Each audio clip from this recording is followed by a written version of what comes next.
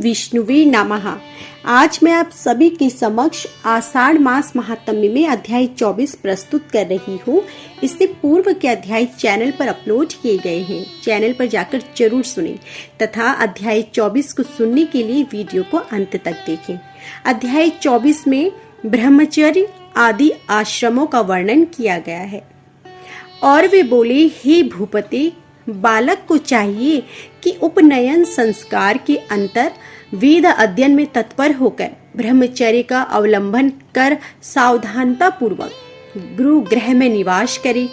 वहां रहकर उसे शौच और आचार व्रत का पालन करते हुए गुरु की सेवा करनी चाहिए तथा व्रत आदि का आचरण करते हुए स्थिर बुद्धि से वेद अध्ययन करना चाहिए।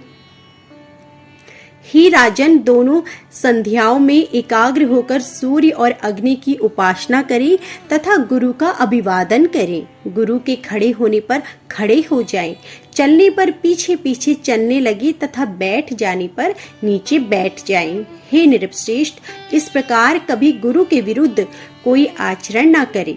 गुरुजी के कहने पर ही उनके सामने बैठकर एकाग्रचित से वेदा अध्ययन करें और उनकी आज्ञा होने पर भिक्षानन भोजन करें। जल में प्रथम आचार्य के स्नान कर चुकने पर ही स्वयं स्नान करें तथा प्रतिदिन प्रातः काल गुरुजी के लिए समिधा, जल, कुश और पुष्प आदि लाकर जुटा दें। इस प्रकार अपना अभिमत वेद पाठ समाप्त कर चुकने पर बुद्धिमान शिष्य गुरु जी की आज्ञा से उन्हें गुरु दक्षिणा देकर गृहस्थ आश्रम में प्रवेश करे। ही राजन, फिर विधि पूर्वक पानी ग्रहण कर अपनी वर्णानुकूल वृत्ति से द्रव्योपार्जन करता हुआ सामर्थ्य अनुसार समस्त गृह कार्य करता रहे। पिंड दान आदि से पितृगण की, यज्ञ आदि से देवताओं की, अन्नदान से अतिथियों की, स्वाध्याय से ऋषियों की, पुत्र उत्पत्ति से प्रजापति की, बलियों अन्न भाग से भूतगण की तथा वात्सल भाव से संपूर्ण जगत की पूजा करते हुए पुरुष अपने कर्मों द्वारा मिले हुए उत्तमतम लोकों को प्राप्त कर लेता है। जो केवल भिक्षा व्रति से रहने वाले परिव्राजक और ब्रह्मचारी आदि हैं, उनका आश्रय भी गृहस्थ आश्रम ही है, अतः यह सर्वश्रेष्ठ है। ही राजन, विप्रगण वेदा अध्ययन, तीर्थ स्थान और देश दर्शन के लिए पृथ्वी पर्यटन किया करते हैं। उनमें से जिनका कोई निश्चित गृह अथवा भोजन प्रबंध नहीं होता और जो जहाँ सायंकाल हो जाता है तो वह वहीं ठहर जाते हैं, उन सबका आधार और मूल गृहस्थ आश्रम ही है। ही राजन, ऐसे लोग जब घर पर आए तो उनका कुशल प्रश्न और मधुर वचनों से स्वागत करें तथा शया, आसन और भोजन के द्वारा उनकी यथाशक्ति सत्कार करें। जिसके घर से अतिथि निराश होकर लौट जाता है, उसे अपने समस्त दुष्कर्म देकर वह अतिथि उसके पुण्य कर्मों को स्वयं ले जाता है। गृहस्थ के लिए अतिथि के प्रति अपमान, अहंकार और दंभ का आचरण करना, उसे देकर पछताना, उस पर प्रहार करना अथवा उसके कटु भाषण करना उचित नहीं है। इस प्रकार जो गृहस्थ अपने परम धर्म का पूर्णतः पालन करता है, वह समस्त बंधनों से मुक्त होकर अत्युत्तम लोकों को प्राप्त कर लेता है। हे राजन, इस प्रकार गृहस्थ उचित कार्य करते करते जिसकी अवस्था ढल गई हो, उस गृहस्थ को उचित है कि स्त्री को पुत्रों के प्रति सौंप कर अथवा अपने साथ लेकर वन को चला जाए। वहां पत्र, मूल, फल आदि का आहार करता हुआ लोभ और जटाओं को धारण कर पृथ्वी पर शयन करे और मुनि व्रति का अवलंबन कर सब प्रकार अतिथि की सेवा करे।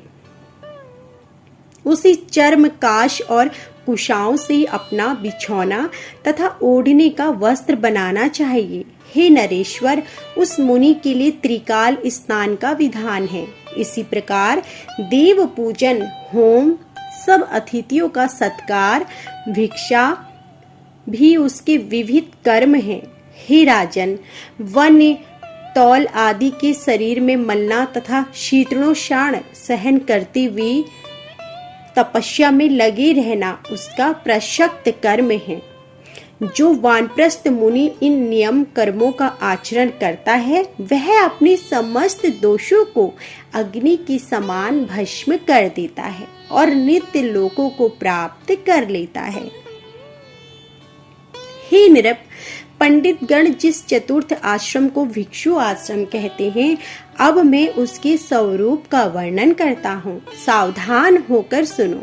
हे नरेंद्र, तृतीय आश्रम के अनंतर पुत्र, द्रव्य और स्त्री आदि के स्नेह को सर्वथा त्याग कर तथा मात्सर्य को छोड़कर चतुर्थ आश्रम में प्रवेश करें। हे पृथ्वीपति, भिक्षु को उचित है कि अर्थ, धर्म और काम रूप त्रिवर्ग संबंधी समस्त कर्मों को छोड़ दें, शत्रु मित्र आदि में समान भाव रखें और सभी जीवों का सुहृद हो। निरंतर समाहित रहकर जरायुज, अंडज और स्वदेश आदि समस्त जीवों से मन, वाणी अथवा कर्मों द्वारा सभी द्रोह न करें तथा सभी प्रकार की आसक्तियों को त्याग दे। ग्राम में 1 रात और पुर में 5 रात्रि तक रहें तथा इतने दिन में भी तो इस प्रकार रहें जिससे किसी से प्रेम अथवा द्वेष ना हो।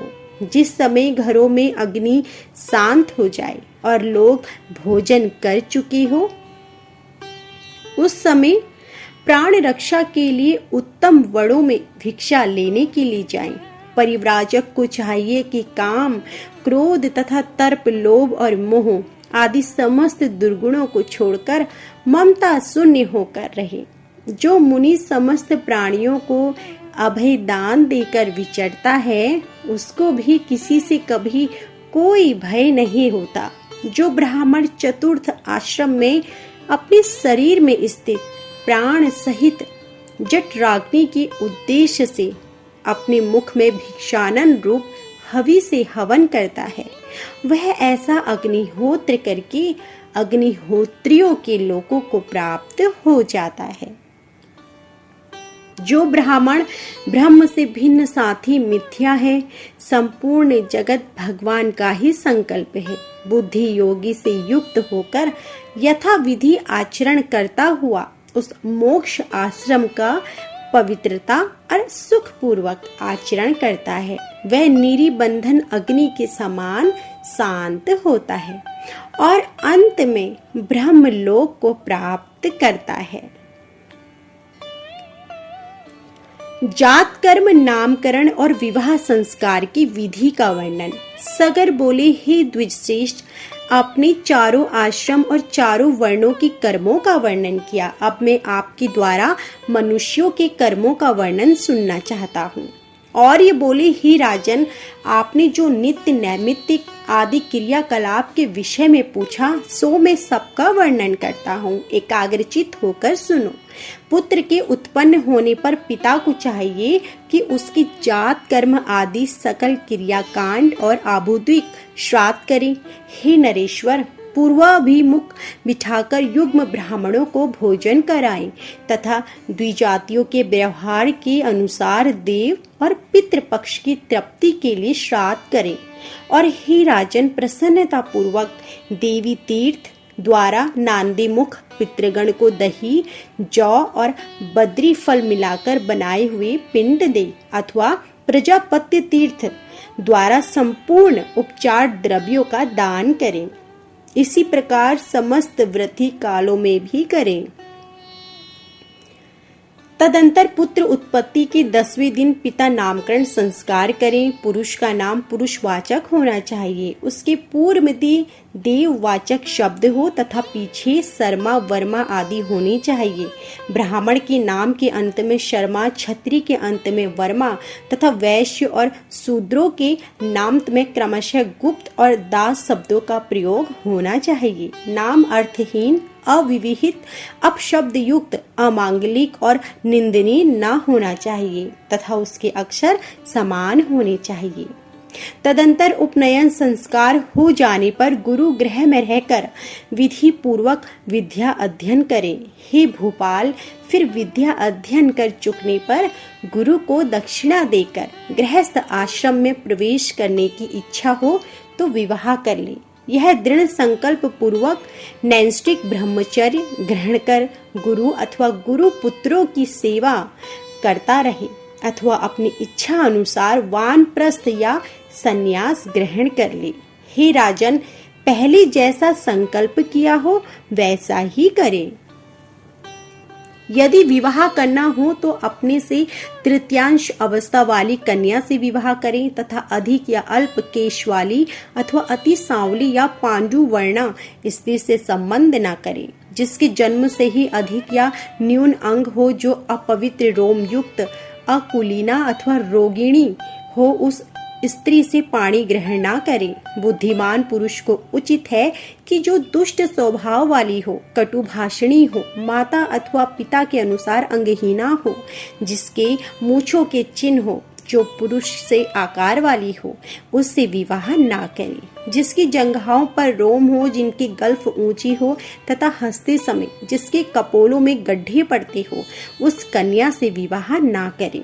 जिसकी कांति अत्यंत उदासीन न हो, नख पांडु वर्ण हो, नेत्र लाल हो तथा हाथ पैर कुछ भारी हो, बुद्धिमान पुरुष उस कन्या से संबंध ना करे। जिसकी दांतों में अधिक अंतर हो तथा जो दंतुर यानी अंगों को दांत निकले हुए मुखवाली हो, उस स्त्री से विवाह ना करे। हे राजन, मातृ पक्ष से 5वीं पीढ़ी तक और पितृ पक्ष से 7वीं पीढ़ी तक जिस कन्या का संबंध ना हो, गृहस्थ पुरुष को नियमानुसार उसी से विवाह करना चाहिए। ब्रह्मदेव, आर्ष्य, प्रजापत्य, आसुर, गांधर्व, राक्षस और पिशाच, ये 8 प्रकार के विवाह हैं। इनमें से जिस विवाह को जिस वर्ण के लिए महर्षियों ने धर्मानुकूल कहा है, उसी के द्वार पानी ग्रहण करें, अन्य विधियों को छोड़ दें।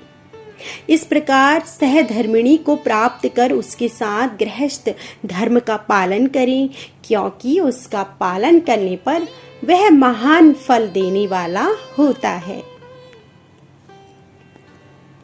तो यह थी हमारी आज की संपूर्ण अध्याय। यदि आपको हमारी यह अध्याय पसंद आई हो तो वीडियो को लाइक करना ना भूलें।